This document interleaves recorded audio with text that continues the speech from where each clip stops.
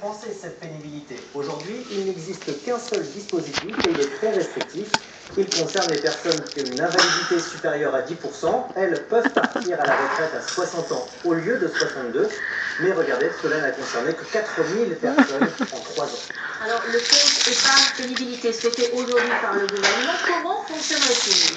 Eh bien, l'idée, ce serait de cumuler des points en fonction de sa pénibilité tout au long de sa carrière.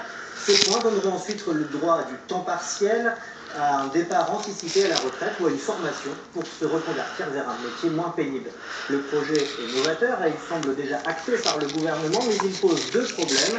Ceux qui sont aujourd'hui en fin de carrière ne pourront pas en bénéficier, et puis il va falloir les financer environ 2 milliards d'euros. Et le patronat a déjà dit qu'il s'opposerait à une hausse de cotisation. Merci Julien. On poursuit avec les promesses du ministre de l'Agriculture aux producteurs d'œufs. Lors d'une réunion de crise qui se tenait à Rennes cet après-midi, il a pris l'engagement de les aider à trouver des marchés à l'exportation.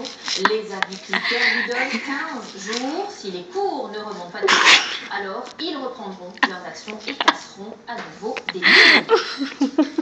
Cette étude qui confirme l'impression que vous avez sans doute sur les marchés, oui, les prix des fruits et légumes flambent.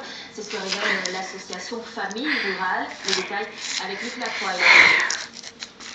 Haricots verts, tomates ou encore fraises. Au moment de passer à la caisse, leur prix semble souvent trop élevé aux clients de ce marché parisien. Très cher, très cher, et c'est pas bon. Avant l'année dernière, on y avait beaucoup de choses à 1 euro. Mais plus maintenant, il n'y a rien, presque rien à 1 euro. Une impression que semble confirmer l'enquête de Famille Rurale. D'après l'association, le prix des fruits a augmenté de 14%, celui des légumes de 17%. Cette année, la hausse importante s'explique par le climat relativement maussade du mois de mai et du mois de juin. Donc il y a eu des retards dans les productions, des retards sur les mises en marché, donc moins de fruits, moins de légumes, ça veut dire des prix qui augmentent. Championne toute catégorie de la hausse des prix, la courgette plus 32% en 1 an. Pas loin derrière, la pomme plus 30%. Ce producteur du Loiret doit faire face à 2 saisons difficiles.